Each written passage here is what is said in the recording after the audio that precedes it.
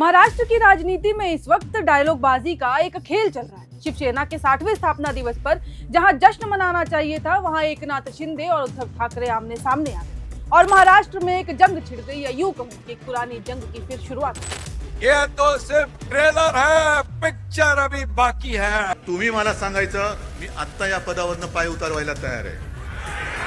फक्त माझी एक अट आहे, आगे आगे देखो होता है क्या।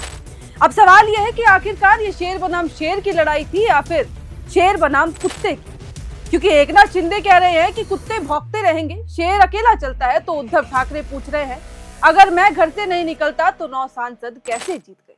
ऊपर से 6 सांसदों की बगावत ने महाराष्ट्र की सियासत में और भी ज्यादा आग लगा दी है। और इस पूरी लड़ाई का सवाल बाला साहेब की असली विरासत किसके पास है, इससे खत्म हो जाती है। और शिंदे के ट्रेलर के बाद अब कौन सी फिल्म रिलीज होने वाली है, ये भी एक सवाल है। और इन सबों में सबसे बड़ा सवाल कि आखिरकार इस जंग में कौन कुत्ता है और कौन शेर। दरअसल 9 में से 6 सांसदों के शिंदे गुट में जाने की चर्चाओं के बीच महाराष्ट्र की राजनीति में सियासी घमासान चरम पर पहुंच गया है।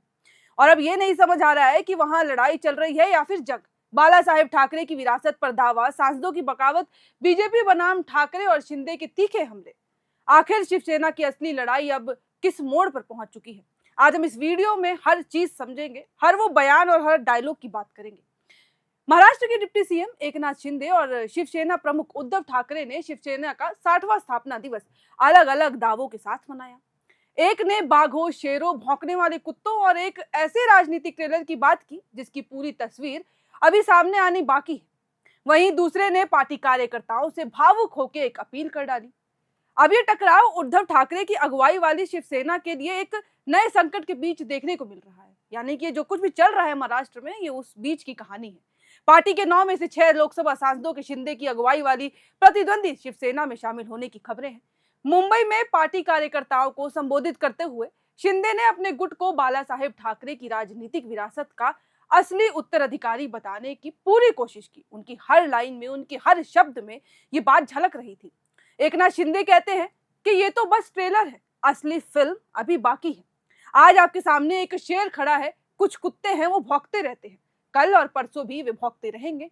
मैं आपको एक बात बताता हूँ, कुत्ते झुंड से भौंकते हैं लेकिन शेर अकेला आता है। जब शेर शिकार करता है तो कुत्ते भौंकते रहते हैं, और जब शेर दहाड़ता है तो कुत्ते भौंकते रहते हैं, और वो वही काम लगातार करते हैं। यही शिवसेना है, यही शिवसेना है। और आज ये शिवसेना महाराष्ट्र में मजबूती से खड़ी दिखाई दे रही है। ठाकरे का नाम लिए बिना अब एकनाथ शिंदे ने सवाल किया कि नेता और कार्यकर्ता विरोधी गुट को क्यों छोड़ रहे हैं। उनका यह सवाल था कि कुछ लोग कहते रहते हैं कि अगर कोई जाना चाहता है तो उसे खुशी खुशी जाने दो। उन्हें देखिए, वे रोज बकवास करते रहते हैं। ठीक है, उन्हें जाने दीजिए, लेकिन अब तो हर कोई जाता ही नजर आ रहा है। और अब वो क्यों जा रहे हैं, जरा आत्म मंथन और आत्मनिरीक्षण तो कीजिए। अब एकनाथ शिंदे ने अपने विरोधियों पर तंज तो कस दिया है, और तंज कसने के लिए हिंदी फिल्म शोले के मशहूर लाइन का जिक्र भी कर डाला। उन्होंने पूछते हुए कहा कि आपको फिल्म शोले के असरानी का डायलॉग याद है, आधे लोग इधर जाओ, आधे लोग उधर जाओ और बाकी मेरे पीछे आओ। लेकिन उनके पीछे आज कौन है? कोई भी नहीं। उनके पास बस कांटे और चम्मच ही बचे हैं, और ऐसी पार्टी कहीं टिक नहीं पाती। शिंदे ने यह दावा कर दिया है कि अब उनके पैरों के नीचे से कोई जमीन नहीं बचेगी, और उनके पैरों के नीचे से जो जमीन बची भी है वो खींच ली जाएगी। हैरानी की बात यह है कि आपको अभी भी इसका एहसास नहीं है। अपने पूरे भाषण के दौरान एकनाथ शिंदे ने उस मुख्य सवाल का जवाब देने की कोशिश की जो शिवसेना के बंटवारे के बाद से ही उसे परेशान कर रहा है, कि बाल ठाकरे की असली राजनीतिक विरासत का प्रतिनिधित्व कौन करता है। आपको याद होगा तो 2022 में एकनाथ शिंदे अलग हो गए थे, और तब से ही ये महाराष्ट्र में ये सवाल और ये लड़ाई जारी है। और शिंदे ने यह भी दावा किया कि बाला साहेब ठाकरे के असली उत्तराधिकारी मेरे शिव सैनिक है, मैं हूं। उत्तराधिकारी मतलब खून का रिश्ता होना नहीं होता है, बल्कि विचारधारा का एक होना होता है। और शिवसेना जमीन का कोई टुकड़ा नहीं है, ये लाखों लोगों की एक विचारधारा है।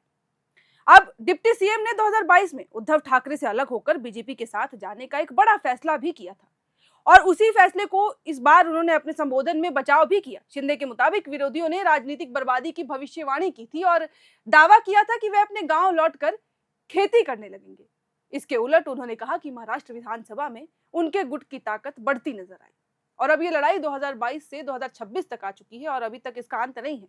शिंदे एक और जहां प्रधानमंत्री नरेंद्र मोदी और केंद्रीय गृह मंत्री अमित शाह की जमकर तारीफ करते हैं, तो वहीं राहुल गांधी को भस्मासुर बताते हुए उन पर तंज भी कस डाला।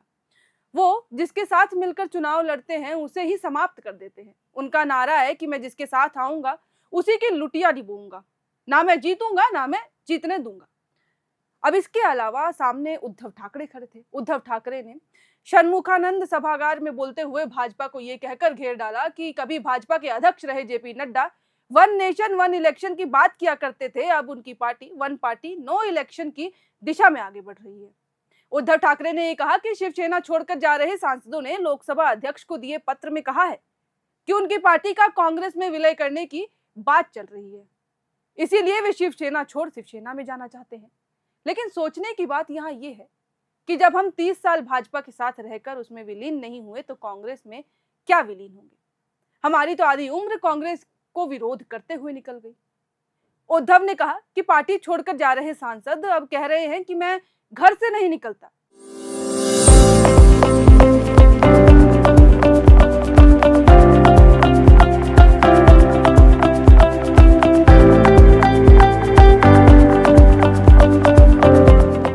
तो यदि अगर मैं घर से नहीं निकलता होता तो हमारे 9 सांसद आखिरकार जीत कर आते कैसे।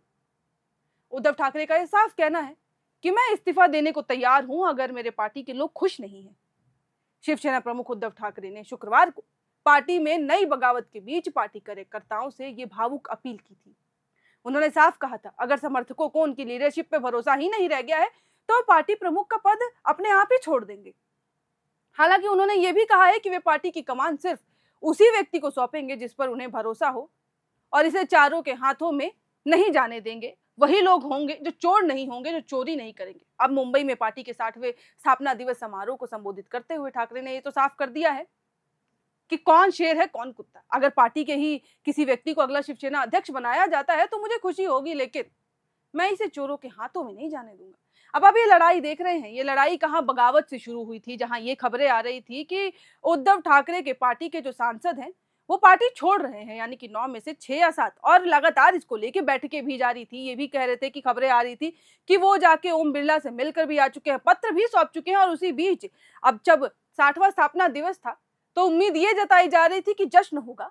उम्मीद ये जताई जा रही थी कि अलग अलग ही सही पर पार्टी के इतने बड़े इतने लंबे समय कार्यकाल के लिए जश्न मनाया जाएगा। लेकिन यही दोनों एकनाथ शिंदे और उद्धव ठाकरे अलग अलग जगह पे जरूर थे, अलग अलग मंच से जरूर संबोधित कर रहे थे, लेकिन आमने सामने ही खड़े थे।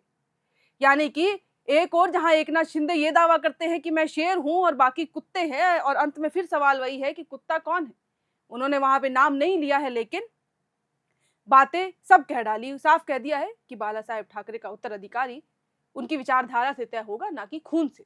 वहीं उद्धव ठाकरे ने भी ये साफ कर दिया है कि मैं अगर हूं और आपको दिक्कत है तो मैं हटता हूं। और ये पूरी प्रॉब्लम की वजह जो अभी तक क्लियर आधिकारिक पुष्टि नहीं हुई, लेकिन ये साफ तौर पे कहा जाता है कि उद्धव ठाकरे ने ये फैसला लिया था कि आदित्य ठाकरे को वो ऊंचा पद देंगे पार्टी के अंदर, और जो है वो आगे बढ़ावा करेंगे। और शायद यही चीजें जो हैं उनके पार्टी के नेताओं को पसंद नहीं आई। उन सबका ये कहना था कि वो अभी युवा हैं, उनको इतनी जल्दी किसी ऊंचे ओहदे पद पे पहुंचा देना ठीक बात नहीं है। और इसी को लेके पार्टी के अंदर कलह नजर आती रही और धीरे धीरे करके पार्टी यूं ही बिखरती नजर आई। और अब महाराष्ट्र में सबकी नजरें सिर्फ इसी पे टिकी हैं कि 2022 में जो हुआ था क्या 2026 में फिर ये होगा, क्योंकि ये जंग जो है, ये लड़ाई कोई नई नहीं है।